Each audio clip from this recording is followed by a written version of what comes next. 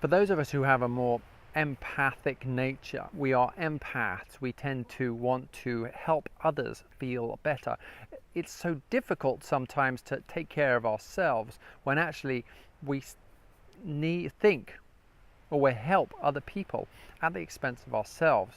And this is me, I give myself away because I'm trying to keep the peace, or I'm trying to somehow, I perceive that that other person needs what I need more than I need it. When that happens, then I am taking away from myself. I'm giving of my energy, and my life force is depleting. The hardest thing for me is to show up in various situations and say, actually, I need this. And because I am imagining that I'm going to be abandoned, I'm imagining that this kind of, and this is the scapegoat, I'm imagining that somehow all of those sins of everyone else are going to be placed on me, and I'm going to be kicked out into the desert, as would happen thousands of years ago, and then the scapegoat would wander off and die. That's what it feels like.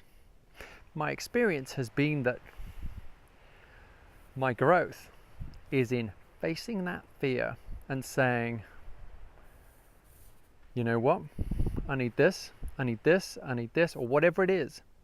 Or saying, you can't do this, you can't do that. That's showing up for myself. Now, if you're an empath, you may be able to understand that it's easier to give away what we need than actually vocalize what we need. For me, recovery, wow, that's huge. Recovery from that scapegoat role is in learning to use my throat chakra, that kind of my voice that's so often been blocked, and say, massive, huge thing, don't know what it is, and say, it's not okay you do that, and actually, this is what I need, and this is what I'm entitled to. When I can do that, that's showing up for myself, and I have to do this in association with shadow work, with looking at where I have unprocessed emotions, especially anger.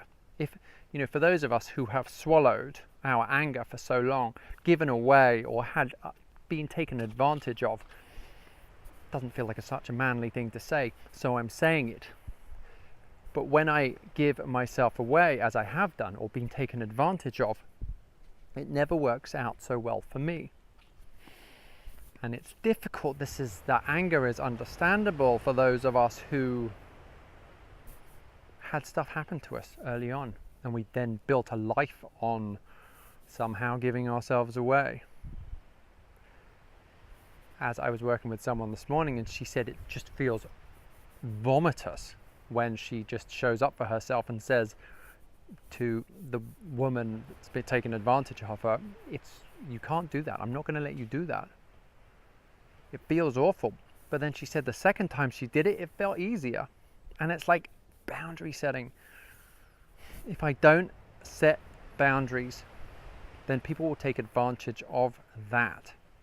It's so much easier just to work out what I need. If someone crosses that line, then I know that my boundaries have been crossed, and I can work out what to do with that. And at the same time doing the shadow work, understanding that the anger is understandable, but that I don't want it to rule my life. Again, there's a little boy, a 6-year-old, Mark, who's sitting on a classroom floor. He doesn't understand various things. He doesn't understand why they've done this to him or whatever. I sit with that because I don't want him driving the bus. He's terrified. He's not a good bus driver.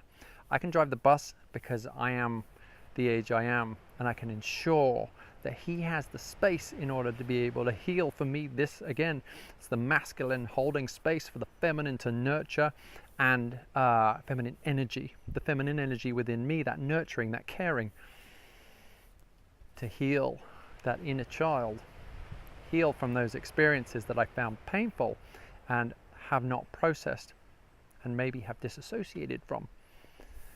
For me, this is the recovery scapegoat, recovery from the scapegoat role. Recovery in a joyful life is possible as long as I can just step into even the fear of just admitting that first bit and saying that I'm scared about what comes next. This is my path, and now I get to help others with it. My name is Mark, this is The Emotional Alchemist. Thanks for watching.